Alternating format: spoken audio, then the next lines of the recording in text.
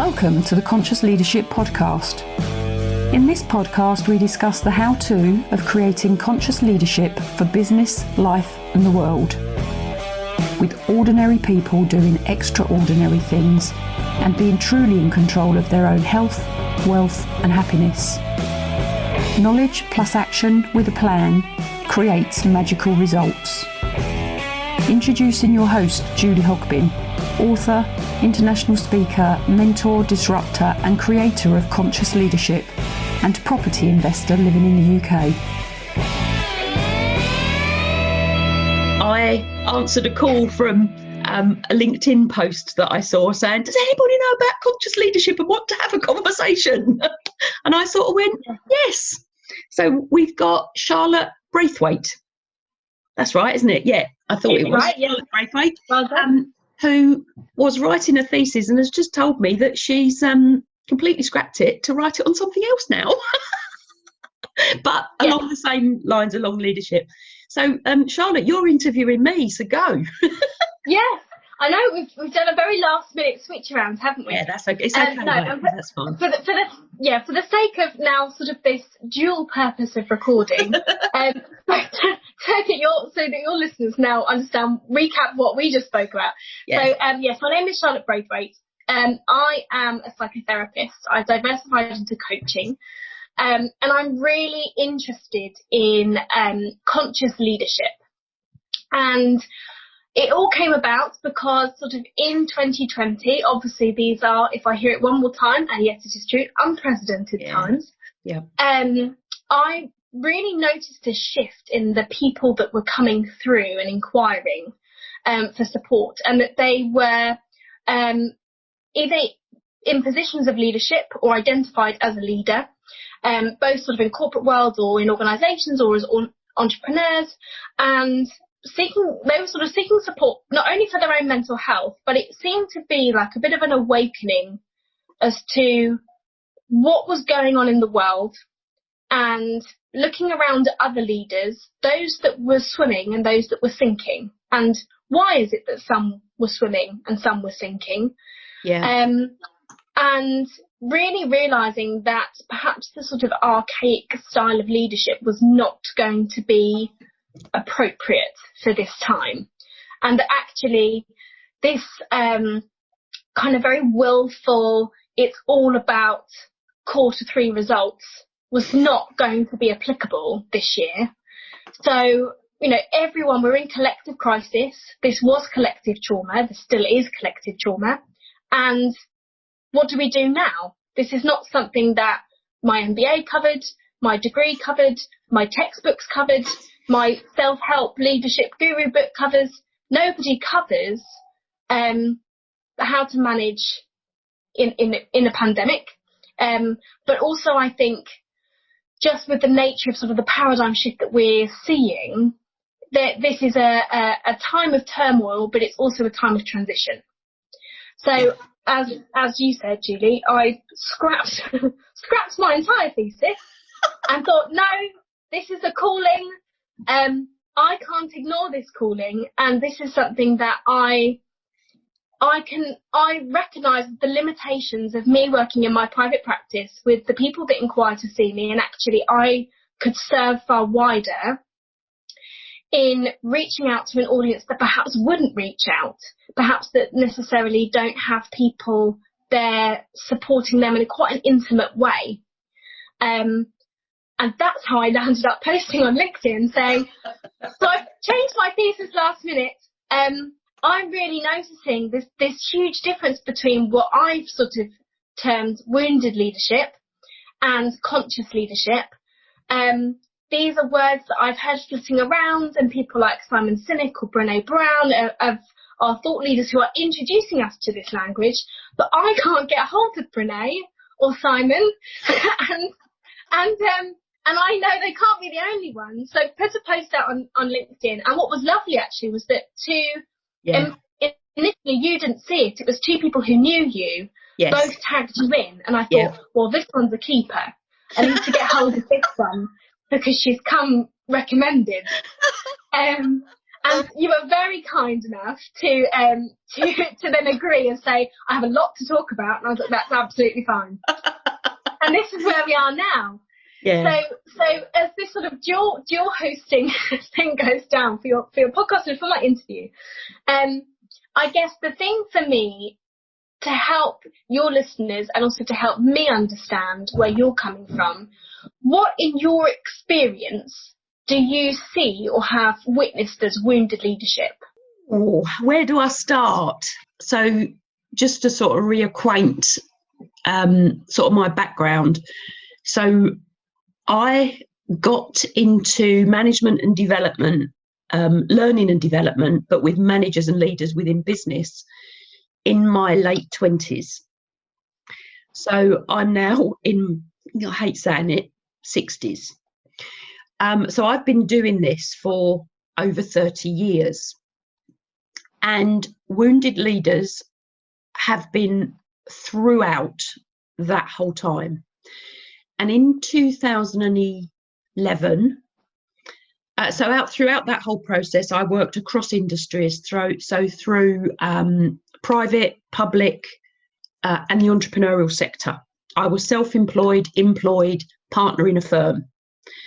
When I was the partner in the firm, we worked exclusively with the non-profit sector, which includes government, NHS, and charities, basically. And in 2011, I had enough of banging my head up against a brick wall, because as much as you can lead the horse to water, you can't make it drink.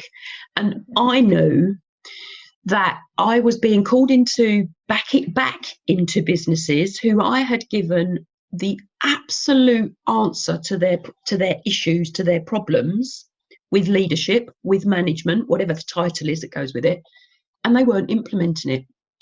Now, I'm a change management agent as well, so I would give them all the tools, I would provide all the support, and they didn't go out there and do it. So in 2011, I just was banging my head up against a brick wall, hit the next brick wall, and went, I can't do this anymore. So this is now probably 20 years of me doing what I do. So I sort of left, and I sort of threw everything away, really, and went into other businesses. What's happened since is that I have realised that my passion is about creating conscious leadership in the world. I mean, across the world, for anybody, everybody, for life, for business. And it's what I've always had the passion for. So when I saw your post and when the two people said, oh, talk to Julie, it was really interesting for me, because one of them I know quite well, and one of them I have met a couple of times. And she said, Julie's conscious leadership, she was the one that introduced me to the concept. Now, I've listened to you talking about Brené Brown and Simon Sinek, and yep, you're absolutely right. And there's a whole thing in this for me about us being the influencers, so people know that the concept is even out there. So it's got very, absolutely. It's got very, if you like, one of those words, one of those phrases that has become more popular recently because of a lot of what's going on. But conscious leadership is not new. It's been around forever and a day. The phrase around conscious leadership is what's becoming more popular. And wounded leadership links into that. So me being me and me doing what I do, I looked up the meaning of wounded, because I love language. And it says injured, yes, me too, and incapacitated. So when I can come up with examples of wounded leaders within business, I've got hundreds of examples. Because in the main, most leaders I have ever dealt with, for one reason or another, have been impaired, injured, or incapacitated in one way or another, either by themselves, which is where the conscious leadership comes in, or by the culture they inhabit within their organisation. And culture is the combination of everybody's interactions, one-on-one, combined to create the culture. So what happens? See, this is such a deep thing, and it's such a deep thing for us. Right, well, I'm there. I'm with you. So with you. It's such a deep thing for us individually, but when we are in a group, we're influenced both negatively and positively by all of those around us. And dependent where we are individually, and I've written some posts recently on LinkedIn about this, where we are individually then allows us to either express ourselves well or not at all. But our expressions of self come from the internal being. At a core level, you know, we are, now I'm going to maybe go a little bit way out for some of my general listeners, but we are generationally affected by what's gone before. So we are not just the individual we are, we're filled by, we are filled and contained, not contained, that's the right one. We're filled and we are a container for everything before. And that is generational thinking that comes down to us. Yeah. So conscious leadership in its pure form is us looking at who we are, why we are who we are, which takes a lot of searching, and many people don't want to do that. Looking at who we are, deciding who we want to be, creating the foundations, values, principles within ourselves, and then adapting our behaviours to suit those. So conscious leadership is an inside out thing. Now I know myself being me, I have always been me, but I now know more about me than I have ever done in my life. But it is not something that will ever stop. I consistently and constantly learn more about who I am, what I am, and why I do what it is I do, if that makes sense. So when I look at people, so for me, one of the things conscious leadership is about challenging the status quo, but the status quo is us. Mm-hmm. Because who are we? Why are we who? Mm-hmm. Now, I know that's pretty deep for a lot of people. So when you go into corporate and you ask those sorts of questions, and I've asked a lot of those sorts of questions, you get some very interesting answers, because it's like a what? Too deep. So you within corporate, you know, some people are open to it, but then we've got to change the culture of the business. Yeah. So what have I seen examples? I mean, I could talk about this for hours, as you can probably gather. Let me give you an example. I'll tell you, this is a true story. I'm not going to say the organisation, the person, the business. It's all very confidential, because I'm a coach and a mentor, and everything goes with that. Yeah. But I did a series of training courses a few years ago now, I have to admit, but the story's still as good because it's still being repeated out there, with a senior management team, chief exec of an organisation. And they employed me to create really challenging programs for them.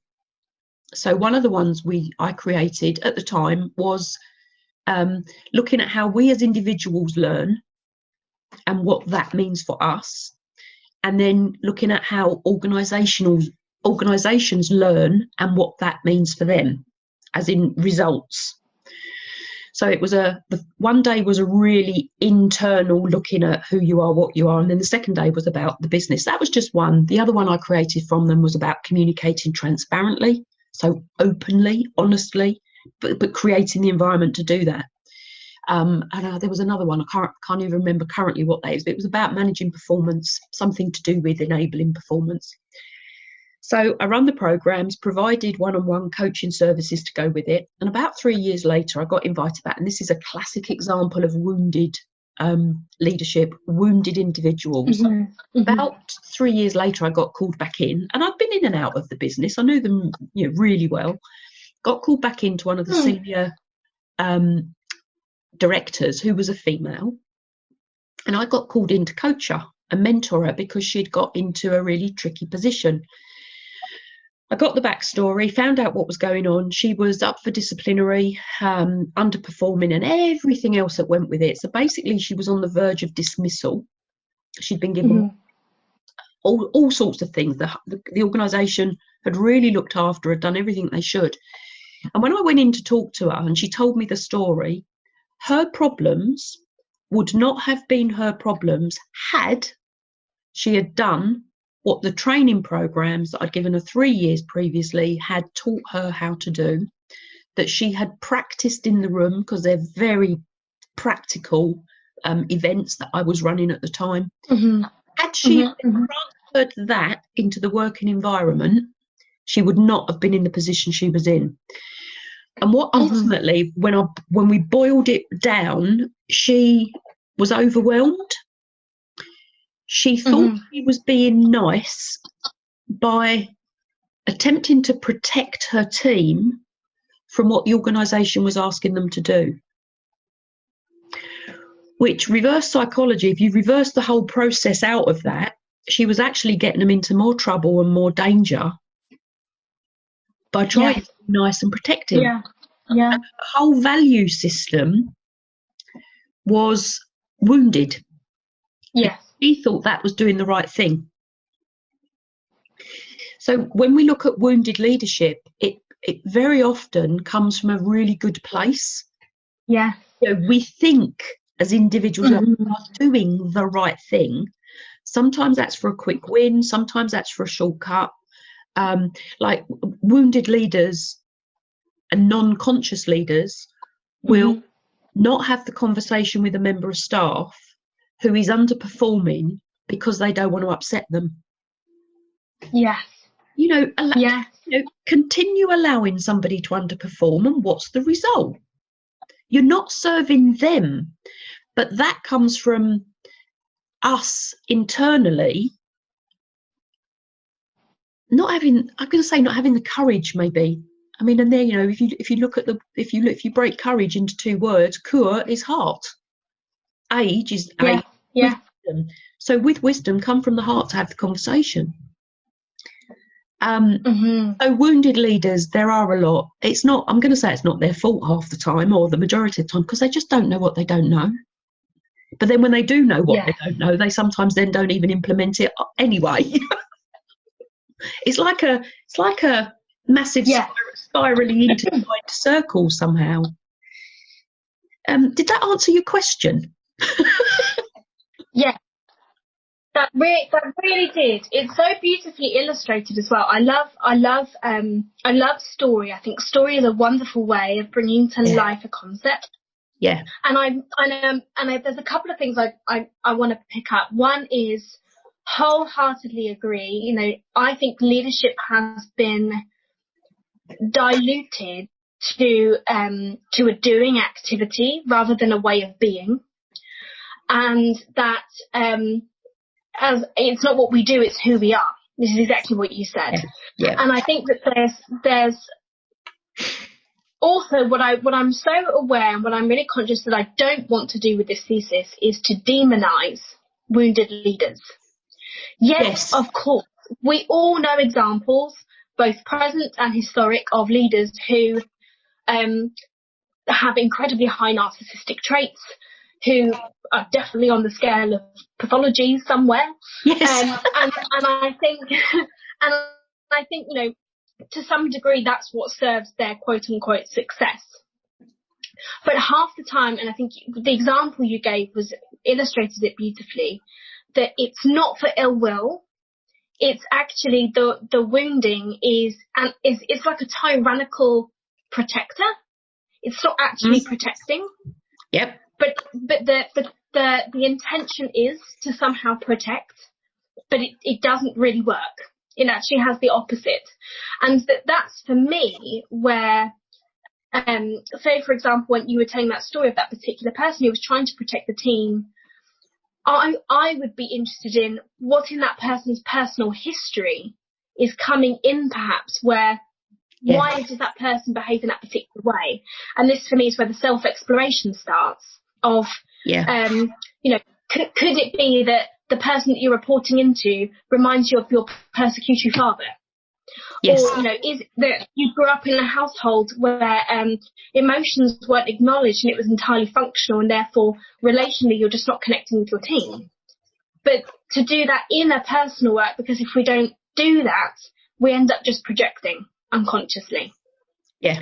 Another thing that you said that I wonder if you could expand a bit more on, because for me there is a difference between, and this is for your listeners if they're interested, the type of psychology that I'm studying is called psychosynthesis. And you're talking about I too love language and words and finding out what they actually mean. And psychosynthesis, to break it down, is psycho, which actually was mistranslated. Freud put it as mind. It actually means soul. Psyche is soul in Greek origin. So we think of psychology as the mind, you know, psycho and like logical is the story of the mind, but actually it's the story of the soul, not the story of the mind. And so psychosynthesis, synthesis being integration, is the integration of soul into being. And this is how I work.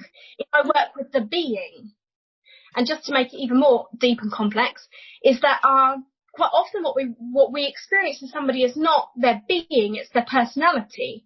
And when you look at the formation of the personality, it's a whole load of different adaptive mechanisms that we learn how to fit into the world with.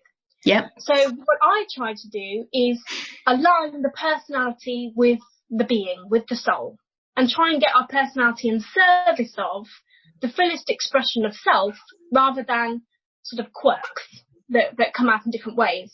And what you're saying about culture, which I think is fabulous, because I think that in itself, all this language we're using has, you know, so many different connotations that we think of culture more as kind of different traditions and things like that. And yes, that is applicable.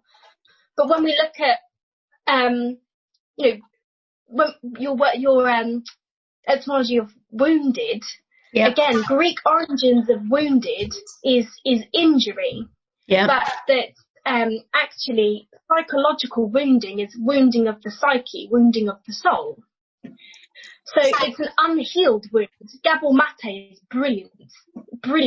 His work is fabulous for trauma. So it actually, the origin of the word wounding means trauma. And what we're working with is traumatized people. We're all traumatized people. We need to normalise that this is not just like a single event or a car crash or, you know, some major world disaster. We are traumatised when we're a child and our parents aren't excited about the painting we made in year 3. That's devastating.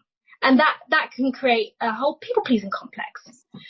But I think I'm getting all passionate now, Julie, sorry. You carry on being passionate. I'm agreeing with every word. I'm going off again. But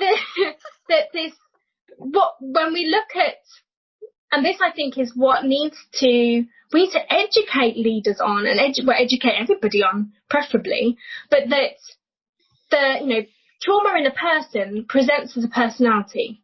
Trauma in a family system presents as family traditions and family traits. Trauma in a collective is culture. And that actually these are the invisible system forces that impact us all the time. And that when you're saying about that internal work, we can only affect it by internal work. Yes. That we that's the only way. Yeah. And I think you saying about the having the self-awareness, leading the horse to water, doesn't mean that the horse will drink. Yeah. I think it takes something else. And this is where I think there is the self. We can be super aware, but we all know, including ourselves, we can be super aware and not change anything. Absolutely. Yeah. People come to therapy for years and make no progress because something is stuck. Yes. And for me, that is the will. And you need both self-awareness and will. And the will gets stuck. And I think that, for me, what you just said about kind of, if this person had implemented, if the will hadn't been stuck somewhere, perhaps in an old historic conditioning, something might have changed. Yes. So I guess for me, what I'm asking in that very scenic route that I took was about sometimes it's like through the wounding, the will gets stuck. Yeah, I also think because I'm a really practical individual, like you have never probably met in your life in some respects. And I've for that those that are listening, I've just nodded the whole way through Charlotte's Yes, talk. you did. Vigorously Yes, nodding. I'm in agreement. I think the will does get stuck, absolutely. And I think linked to the will getting stuck is the how-to. So, Yes. you know, if you think of us as individuals, we are whatever age we're at. So I'm 60. If I hadn't 61, if I had not been in learning and development for over 30 years now and working with leaders in business, I would not be the individual that I am today, because I would have gone down a different path. If I'd have, so my first career was accountancy because I'm really good with numbers. Now, if I'd have stuck in the accountancy field rather than transitioning from accountancy to audit to learning and development and being thrown in at the deep end, I would not now know what I know.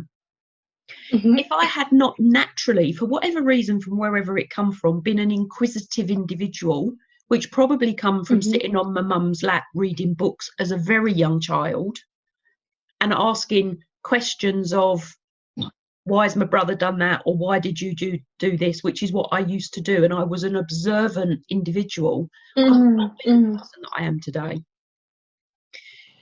If my school had not been, it was, I went to a grammar school and it got converted to a comprehensive in, I don't know what year it is, but when I was in my 4th year in the secondary school, so like GCSE O-level year, had that not changed, I would not have left school on the first day I could. So every experience we have creates a learning and a knowledge within us of something that goes into our beliefs, our values. Well, our values are slightly different to beliefs, but that creates a belief system about who we are, and what we can achieve. So when the will is stuck, the will can be stuck for a very long time. So you're a lot younger than I am. You know this stuff now, where I've learned this stuff later in life, but I was already on a journey of self-awareness and change. Some people get to that level because they have that belief system that they are only worth what they have and what their parents had. So I'll give you another example, and this is actually classic. Also reminds me of a very funny story, which I won't share now. But I lived in a street. At one point, I lived in my house that I'd bought, and it was in a house of it was an ex-council house that I'd bought privately. A few of my neighbours were council tenants. Nothing wrong with that. Nothing wrong with that. You know, and I'm a landlord now, so I provide housing for people. And that was a belief. I didn't think I would ever be able to do that. And now I believe I can, and I do. So this particular family in a 3-bed, very small house were the grandparents, the children, a male and a female, and they were probably at the time, I don't know, 30 something. And the female had 2 children. So there were 6 people living in a very small 3-bed terraced house. Now the grandparents were on benefits. Both the children were on benefits, didn't work. Now I'm not making any judgments on any of this. The children didn't work, and the children, so the grandchildren, were being brought up. And last I saw them, they didn't work either. Now that is a generational process. And they all lived in the same house. Now their neighbours were on benefits. But the mother cleaned. Well, the mother cleaned to the level of the benefit she could clean. Sure. Yeah. The father couldn't work. There was for whatever reason he couldn't work. The 2 children of that particular family, one went out and qualified as a chef, and one went out and qualified as an accountant. Both of those children went out and bought their own houses. One of those children, last time I saw them, had got married and had 2 children, but he had his own house, he had his own car. That was the chef, so the guy. So 2 families, similar-ish in their upbringing for the children, but completely different results. So somewhere in all of this, who are we and what the will is, and I make no judgments on how people live their life, which I learned a number of years ago after being told I was one of the most judgmental people someone had ever met. Oh, that was a good piece of feedback to receive. Now what do I do with that? Go away and unpack it. I make no judgments on their life, because individually they were both very, very happy as people, as far as I could see. But what is it within that environment that one goes out, gets their own houses, and the parents of the second family, they bought the house as well when the government, sold houses off. They bought it somehow, so they had savings. The other family never did. Mm-hmm. So there is something in there for me about whether we have the will or not, what is it that gets stuck? And I think that is a massively, hugely deeper thing, because they were neighbours. They would have both seen what the other one was doing. They would have both known. Yeah. I knew. So what is it that enables one and disenables another? Yes. It's huge. It's huge. Yes. And I think there's the will is there because they're living, they're surviving, they're functioning. Yes. Yeah? Yep. So the will is always there. It's just where it's stuck. Yes. Yeah. And I think that's for me. I think this is what sort of traditional psychology doesn't recognise, is that it's all very mind, but there's something else that drives us. There is a being that wants to move forward in some way. And we see this unhealthily through kind of when we're too identified with the materialistic world, and we think, I'll be happy when syndrome. I'll be happy when I get the car. I'll be happy when I get the bigger house. Yep. And that we always move the benchmark. Yes. Because we are naturally evolving and expanding beings. But that when we become sort of stuck in this sense of paralysis, this sort of helplessness, and I think the worst place to be, I actually think the worst place to be is not sort of unaware and no will. It's aware but stuck. I think that's actually really painful, and I totally agree. I think it is almost meeting somebody in that regressive part, taking their hands and saying, I will show you how. Yes. There is another way. But we have to do this in a really nurturing, loving way. It has to be relational, because persecuting and barking at people doesn't activate their will. No, of course it doesn't. If anything, it frightens them, Yeah. or it makes them dig down and resist. Yeah. And coming back to what you said, because I made a couple of notes when you were talking earlier, this protectionism disenables people. Yes. It does not help. So any manager, leader, whatever their title, because titles don't mean. Yeah. We're all leaders. We're all leaders of self. Whether we do that well or not is our choice, but we're all leaders of self, and we then take our leadership of self into a role where we manage and lead others. Protectionism disenables people. Now, within the corporate world, within business, you've got to have that level of support and challenge. So we have to nurture, but we have to challenge for the growth. Now, support and challenge for all of us need to be in that balanced position, because if we over support, we disenable. If we over challenge, we potentially create burnout. Yes. So we have to, if we can, get that imbalance and recognise when it isn't and address it. I've just written a book called Stress the Reality, because I see so much of this happening around me. And, we are in unprecedented times. We've never been in this place before. Mm-hmm. So I've just written the book, Stress the Reality, because I think it will really help people to understand what stress is and how stress is caused, because we are our own, for want of a better word, we are our own creator of that as well. Because if we truly believe we can have a different result, then we do something about it. If we truly believe we can't have a different result, then we don't, and that creates additional pressure, which can lead to stress.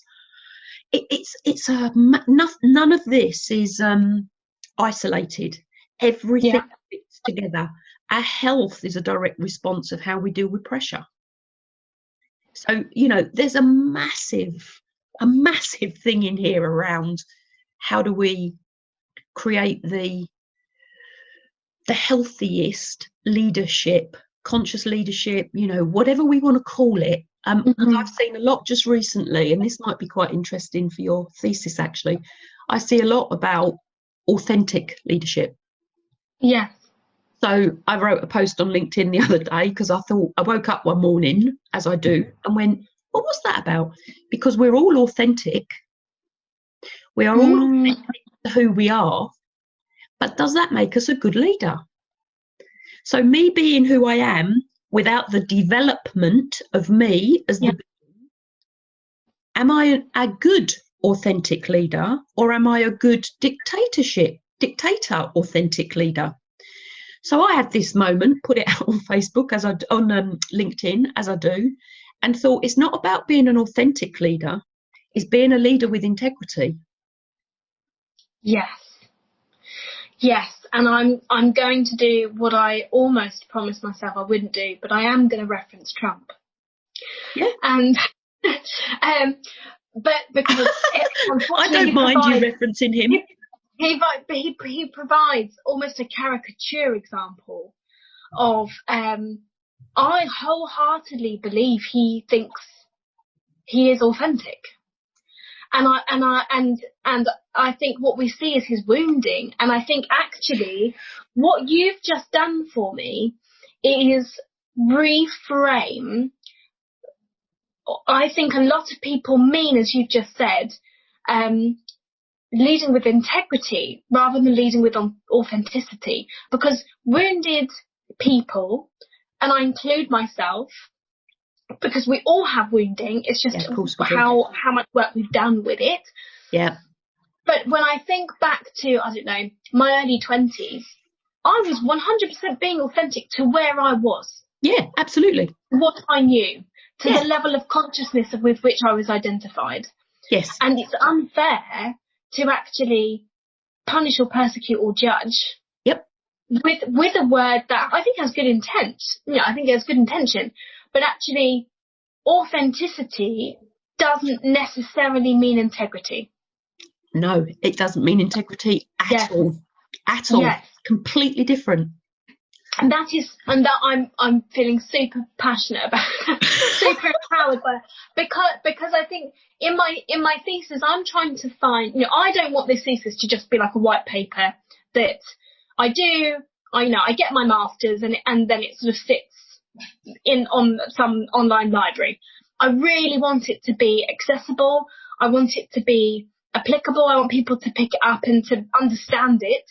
And understand what we mean by these buzzwords. I think conscious leadership has become a buzzword, but it's been embodied for years, decades, centuries. Yeah, exactly. And so you just saying that has really helped to further define what I think are the qualities of conscious leadership, and not necessarily a style of leadership. I think it's an embodied, and I think, as you just said about, integrity, one of the parts of the theory that I'm pulling together in psychosynthesis, we talk about, there's two mountains. We talk about the hero's journey. Yeah. And then we talk about the journey of the initiate, which is like, you get to the top of the mountain on your hero's journey and you think, crap, there's another mountain, and it's the internal mountain. It's the inner work. It's when we've achieved. Ultimately, it's the midlife crisis, right? It's I've got everything I thought I'd need, and yet I feel a void. Yeah. And this is how I personally work as a psychotherapist. I work with crisis of meaning. It's and I think right now the whole world is experiencing an existential crisis, and I believe it is an existential crisis of leadership, what we are facing. It's where we stop and pause and think, is what I'm doing, does it have any purpose, meaning or value? Or am I just busy? Am I just going through a tick list? Am I just trying to meet the results of Q4? Yeah. And when you talk about sort of integrity, for me, it's about becoming a moral being. I think it's working on our narcissistic wounding. I think it's getting out of our pride. It's about stepping away from leaders being this single hero at the top of the pyramid, making decisions on their own. I think is actually quite an archaic vision of leadership. I think we are moving away from that. But it's actually one of the biggest things is having the courage to ask for help. Yes, absolutely. Having the courage to say to your team, look, I've never done this before. I love Brené Brown's FFT. Have you heard of that? No, I don't think so. I'm presuming that most of your listeners are over the age of 18. But I will edit appropriately. So Brené, one of the things I love with Brené Brown, and I did a couple of presentations recently to some HR and CEOs and MDs on how to support their team with their mental health when returning to work during COVID. Yeah. And one of the things that was a really simple, I don't claim it to be my own, it is Brené Brown's, I totally stole it. But one of the things that I said to them was about using what she calls an FFT. So an FFT is an acronym for an effing first time. Yeah. And that when we are in situations as we are now, we sit people down and we say, hey, let's name this. This is an FFT. None of us know what to do. As the leader, I don't know what to do. As the employer, you don't know what to do. Let's all ground in the reality of no one's supposed to know what to do now, but we can figure it out together. Yeah, absolutely. I think it's the only way through all of this. I want to introduce you to something because of something you just said, and I know you mentioned Trump. Have you ever heard of a guy called David Oates and reverse speech? No, I don't think so. No. Right. Okay. So David Oates is an Australian by birth, and he has created or discovered that when we talk, he's created this system that actually transcribes the back talk, and the back talk comes from our soul. It is lovely, right? Unconscious speaking. Yeah. Now I've done some work with him because I was stuck, and I bumped into him at an event somewhere, as I do, and I thought, oh, this is really interesting. Let's see. And then what he does, he creates, and our back talk, our reversed speech, talks in metaphors. So he's created a library of metaphors, which is a different language, but they all have meaning. He's been doing this his whole life. So I did some work with him, and then what he does, he creates like audios for, I'm going to say they're a bit like a meditation, which you listen to for a period, which talks to your unconscious to unstick you type thing. Sure. Yeah. And then you have another session with him, because by unsticking you move, so you don't just listen to the same thing over and over. Now, I saw a post from him the other day, and this is not politics. This is nothing to do with politics. It comes back to the integrity and the authenticity of the individual. And he reverse speeches politicians and people. It's got him into like death sort of situations in the I'm sure there's creates a but of Biden and Trump, when you reverse talk them, Trump is more honest. So what he believes and what he says are congruently together, whereas his opponent, what he believes and what he says isn't. So of the two, forget the politics, of the two, the one who is most congruent in what he says and what he believes is Trump. Is Trump. Yeah. And I think this is where and how he got voted in. Yeah. Because I think intuitively we know we pick that up. Yes. And of course, when somebody's so what's the right word? So impassionately says, like, this is the truth. Of course we want to believe that. Especially if you're in a place of self-doubt or a place of anxiety, when someone offers certainty, we are hardwired to gravitate towards them. Yeah. So that's really interesting. I really, really like that. I'll definitely be looking into that. He's very, very good. It is his absolute life work, life work. And because people perceive it as dangerous, but basically what he's uncovered is the soul talking. Yes, it's the unconscious. It's the part, and even in that, the unconscious, for me and what I believe, self is always trying to emerge. Yeah. Especially when people end up, sort of as a generic example, people come to me, whether that be leaders or Joe Blogs, comes to me and says, I just keep seeming to be in the same position over and over again, like whether it's dating life, whether it's career stuff, it's why does this keep coming up?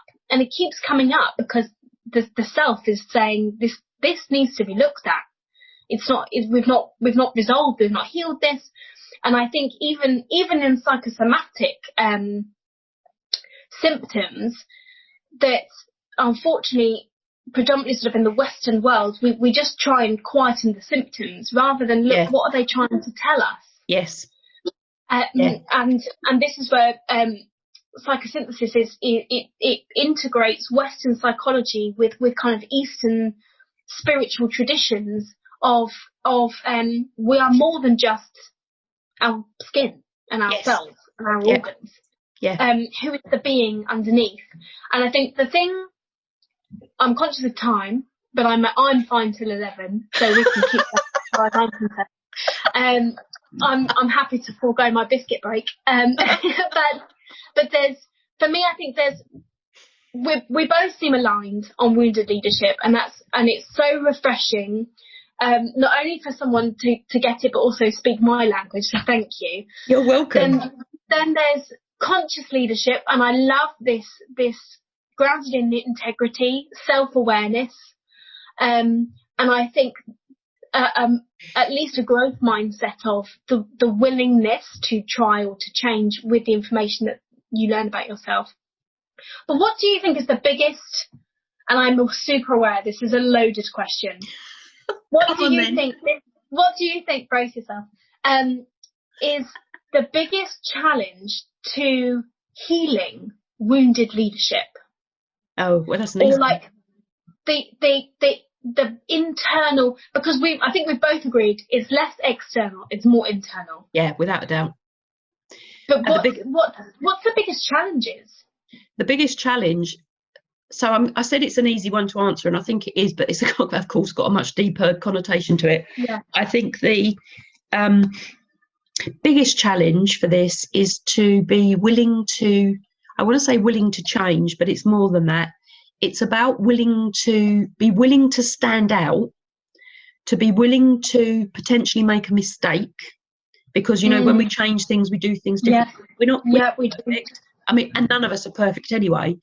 But when you do things differently, when you change things, it's very, very, very uncomfortable for people. So dependent on how deep the wounding is, and they may not even know that they're wounded. That's the other thing. I say we all, that's wrong. Individually, I mean, I know I'm wounded, and I regularly do things to unwound me, to repair the thing that pops up. But it pops up every now and then. I'm like, where did that come from? Okay, I am conscious enough to know when those things happen. Yes. And of course, many people aren't conscious enough to know that there's even a thing. And as you've said, we push them down because it's like, where's that emotion come from? Mm-hmm. I'm talking to somebody currently, their father's just died, and they're not grieving, they're not crying. Now, my mum died, and I still have days when I'm like, I can do nothing but cry. Now, I don't quite know what that is all about, but actually I'm not stopping it, because that's healthy, because it's the internal coming out. Yeah. It's part of a process. So the easiest thing, the simplest thing for me is that people don't know they're wounded. Yeah. And then when they are needing to do something different, that change is really scary, even when they can see the result. So this is what I need to do. If I do it here, I'll get that. It's still this, something sticks. And for me, that is really about change and what other people potentially will think about them. Yes. This, you have led me so beautifully into a little piece of theory that I'm going to drop in here. Because one of the things that in my training we do a lot of is helping people to bear the guilt and shame of when we realise what we've done as a result of our wounding. Yeah. And if we can't bear it, we project it. Okay. And we extend the wounding. And that there's two different types of, so when we think of shame and guilt, so, and I will use the demigod that is Brené Brown again, because her definitions are so true, so fabulous, where she defines the difference between guilt and shame is, guilt, I did something bad. Shame is, I am the bad thing. Okay. That shame is about us, who we are is wrong, but guilt is, I did something wrong and therefore there's a reparation. Yeah. Like there's an opportunity of reparation. Yeah. And many people get stuck in shame and can't express, can't say, because it is the ultimate silencer. Yeah. And when in psychosynthesis, and what I do a lot with my clients is, when you're talking about that change, a lot of people get stuck either in here, I'm pointing to my head, audience, in here, in my head, they get stuck in what we call the neurotic shame or guilt, or what will people think of me? If I screw up, what will the judgment be? Yeah. And they get, if I've made a mistake, I don't want people to know I've made a mistake. And they get stuck in the neurotic. What I try to help support people to do is connect more to the existential, into the who you are, into the being. And that, for me, conscious leaders have a resilience, a capacity to bear existential shame and guilt of, I know I've done this and I've got it wrong. Yeah. And I know that doesn't define who I am. Yep. And that actually my values are, I own it. And that people, I can't control what people judge or project of me. They get out of the neurotic and they sink into the existential of the being as opposed to just the mental activity. Yeah. And I think that, as you say, as we move away from, I'm not going to say safety because I think it's perceived safety. Yeah. I don't like the word comfort zone, because many people's comfort zones are very uncomfortable. It's their familiar zone. Yeah. It's what people are familiar with a lot of the time is perceived sort of, well, we know we do it this way. Yes, okay, it takes a long or really arduous way, but this is what we've always done. This is how things are. And when we start to move away from that, we move towards uncertainty. Even though we're saying, well, it could be better, or we could, even if there's a goal there and we think, but we're moving away from what we perceive has kept us safe. Yes. And I think the fear kicks in, and this is then when people go, oh, no, we'll just go back. No, I wonder actually if you've experienced this too, where you go into organisations and for a period of time, they do kind of adapt to the new change, and then we slowly regress back to the way it was before. Yeah. Because it's not practiced enough, or there's not enough holding. Yeah. And there's and generally with change of that description within an organisation, there's very little accountability. Yes. Because change, I think there's a piece of research been done many years ago that said something like 95% of change initiatives fail because there's no accountability. Wow. Yes. People are not held to doing the thing that has been agreed to be done. And slipping back into who we are, to the familiar zone, the comfort zone, is very easy. Yeah. What came to mind when you were talking about the shame and the guilt Shame can be inherited, passed down. Yes, absolutely. Generational trauma is huge. Yeah. And what I also added in, just the word, because this is one of my things, is about personal responsibility. Yes. So what's our personal responsibility? Responsibility being the duty to do to get to the best result for us and others within an organisational setting. And when we are really, truly great leaders, it's not about us, it's about everybody else.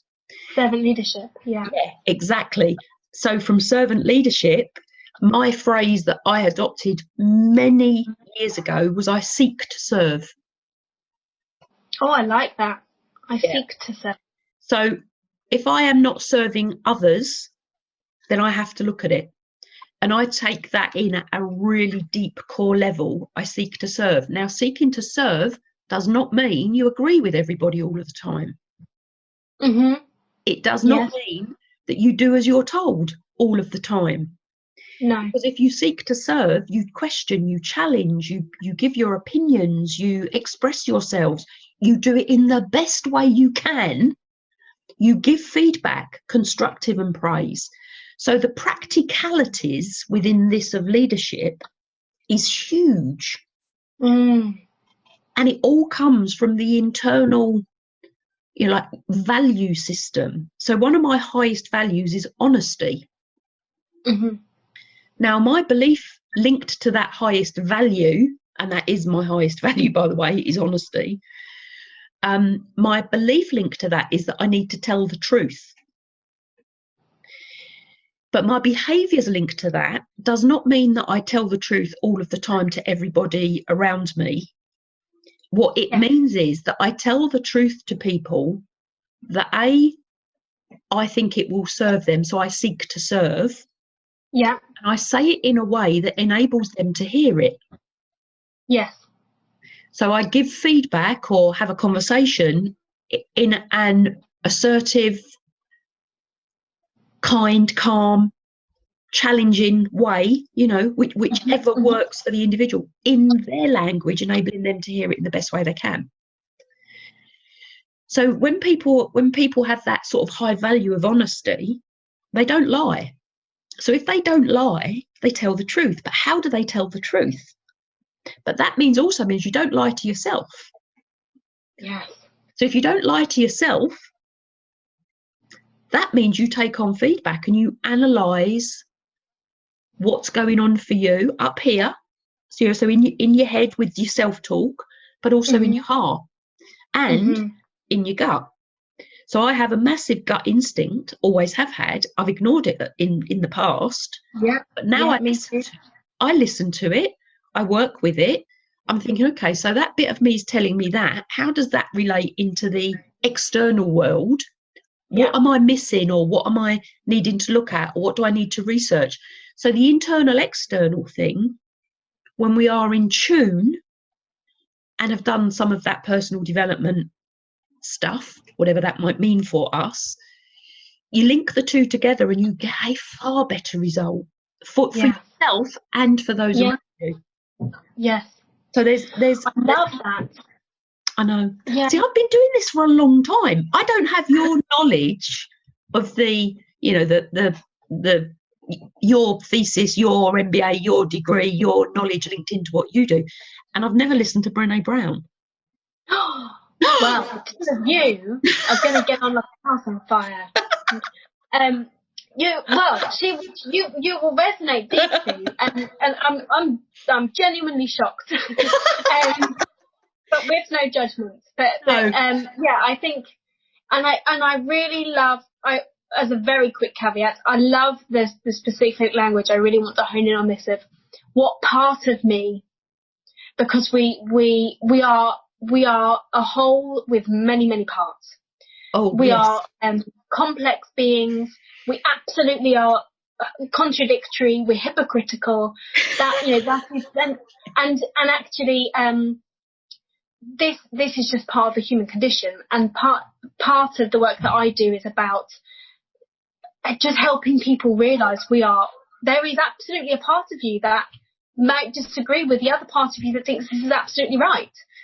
But we need almost like the framework of our values or a how-to in order to help support ourselves through a process of disidentifying from the part of us that might not be seeking to serve, and identify with the part that is.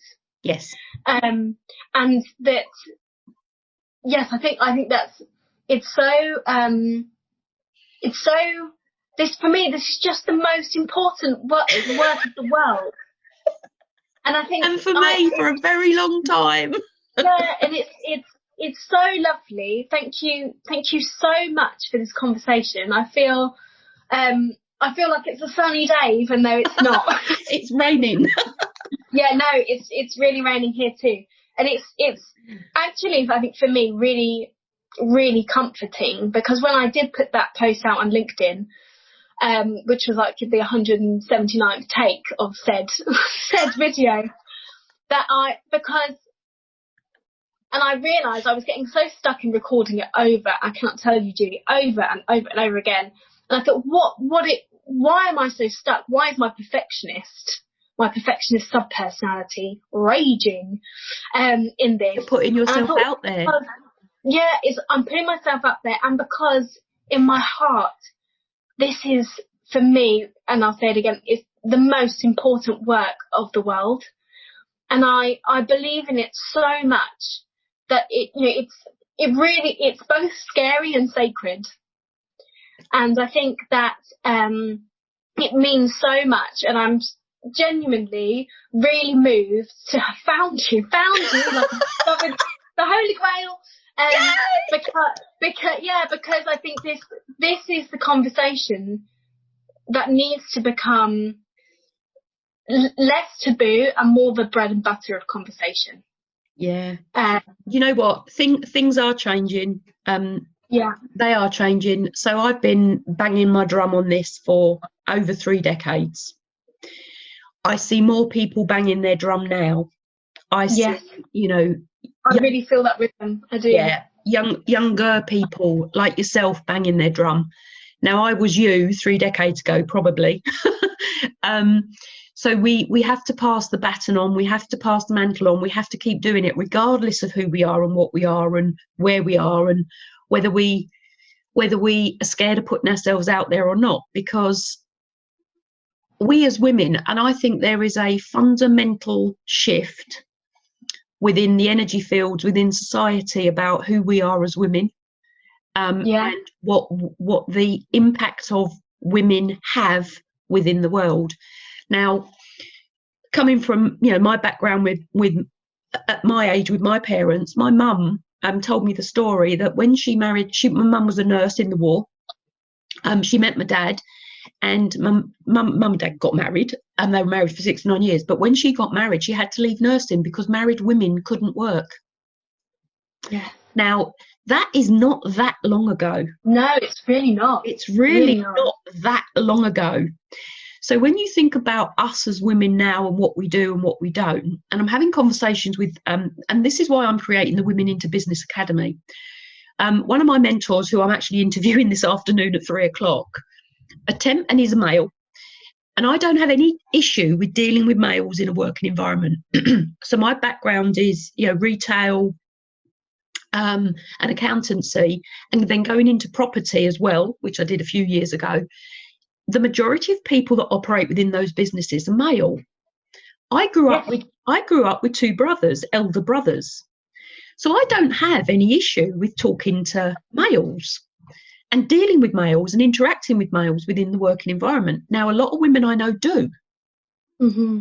They really struggle. Now, I don't know whether that's a generational thing. I've yet to discover that, or whether it's an internal wounded thing. Might be. Yeah.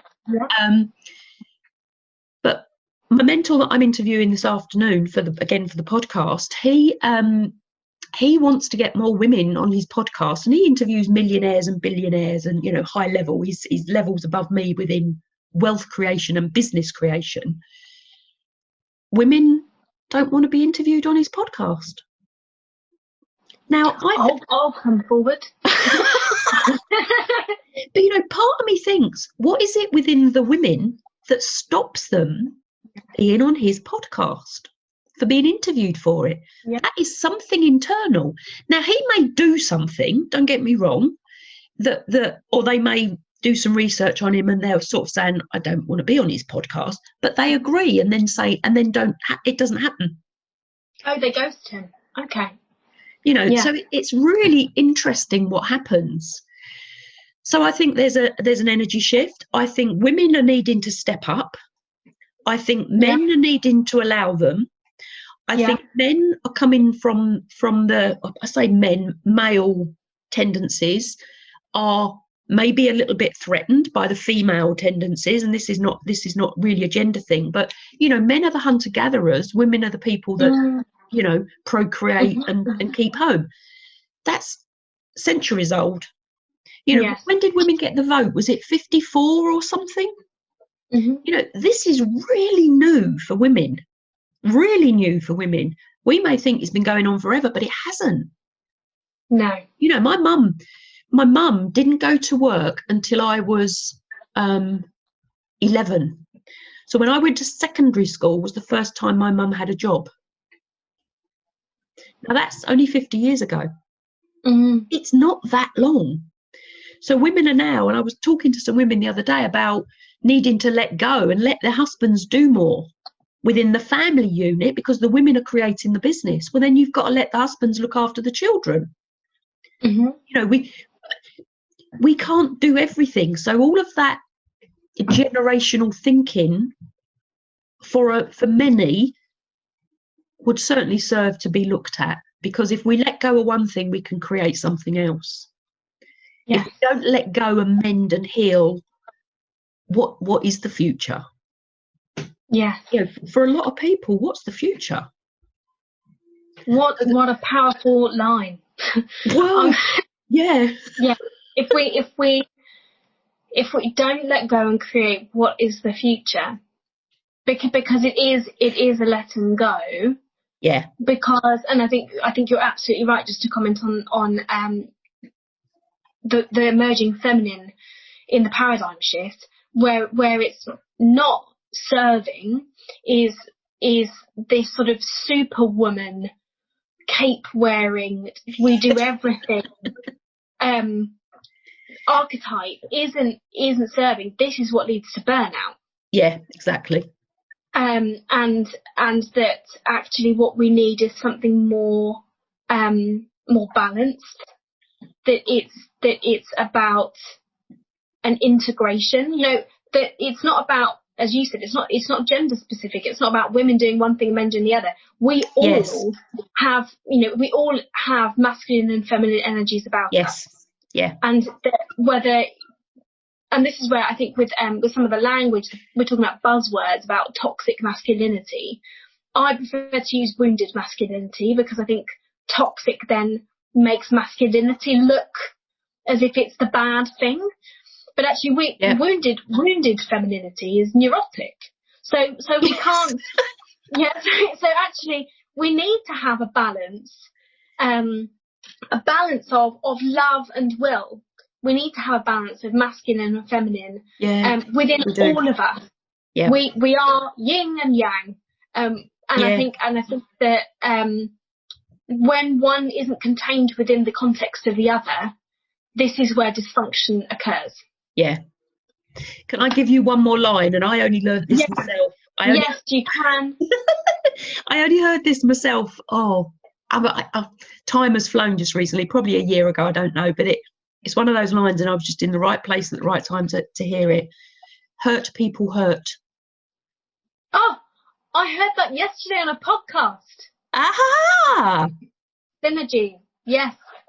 Hurt people hurt people as well. I think absolutely. And what I think is required at this point is radical compassion. Radical compassion. That is going to require a whole ton of energy and containment and holding, because boy, does it feel self-gratifying to blame, shame and judge others, but it doesn't serve anything. Doesn't work. And actually, then all that happens is I sit and I wallow in my own existential guilt, but I realise what I've done. And I have to recommit to my shame sobriety of, okay, well, I've regressed, but it's okay. I can pull myself back.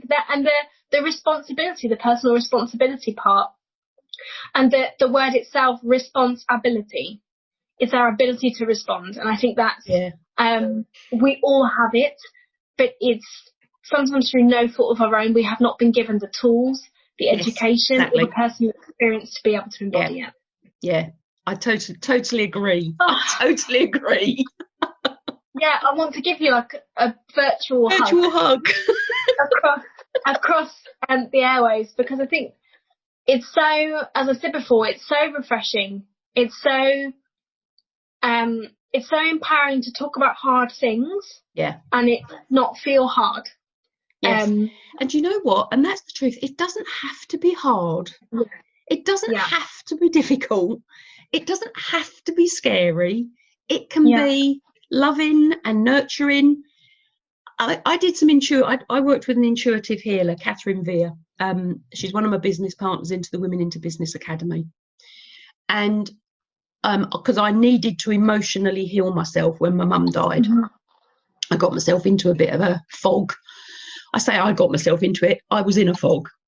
And she, I always remember it. She said to me, one day, she said to me, "Do you trust me?" I said, "Yes, I do." She said, "So," and I said to her, "Work with whatever comes up. Whatever comes up, I'll go down that route and we'll see what happens." And one day she said, "Do you trust me?" I said, "Yes." And I had this I've never felt so scared in all my life. Mm. And I'm not a scared person. I don't seem to have that gene somehow. Mm-hmm. I have never felt so scared in all my life, to the point where I was sweating and shaking and my voice changed. And I said to her, "I'm just so scared. I can't do this." And I don't say I can't either, because I can do. Yeah. I'll get round it, over it, through it, under it, whatever. And she said to me, "Do you trust me?" I said, "Yes, I do." So I went down the route, whatever the route was. But for the first time in my life, I was absolutely petrified. I mean, and to get to 60 and not feel that in some respects, I've had a very, for want of a better word, charmed life. And I believe you make your own charm and your own luck and all the rest of it that goes with that. But if people feel, actually, this is really resonating with me at the minute, I need to do something a bit later. If you really feel that fear, like at that deep core level, I can truly now, I'm so glad we're talking, because I would never have thought of this had we not had this conversation. I can now truly understand how fear stops people doing things, trying things, going places, wherever that place may be, not that necessarily physically placed, unless they are truly trusting the individual that is leading them, managing, working with them, educating them, you're training them, coaching them, whatever it is. If you do not trust, implicitly, that whole journey will be so much harder, because they'll stop it. They'll stop the thing, whatever the thing is. That's a technical word for me, as same as stuff is. They'll stop doing it because of the fear. Yeah. Oh God, we could go on another hour conversation on this. We could. I'm always late. Look at me, not practicing boundaries at all. But I'm. Wow. Thank you. I would love to continue this conversation another time. Well, we're connected now, so we can. However we do that, we can. I'll say, if you ever want another conversation, always happy to. If you ever want to discuss anything or throw something at me, because you've got one set of learning, I've got another set of learning. Yeah, absolutely. They're definitely coming together.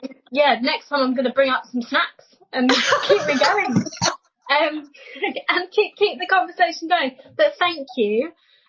You're welcome. I will most definitely be in touch. And I'm super sad I have to leave. Do you want me to send you a copy of this recording? I would love that. Okay. I would love it. And thank you to your audience as well for staying with us for the whole duration of our very chatty empowered chat. So yes, thank you so much, Julie. Take care. You're welcome. And you too. Bye for now. Okay, go well. Bye. Thanks for listening to the Conscious Leadership Podcast. You can contact Julie on LinkedIn, Facebook, Instagram, Twitter, Pinterest, and hear me out. Please subscribe to her YouTube channel for how-to videos and more content. And please message Julie to have your questions answered. Until next time, remember, knowledge plus action with a plan creates magical results. See it, say it, write it, believe it, and achieve it.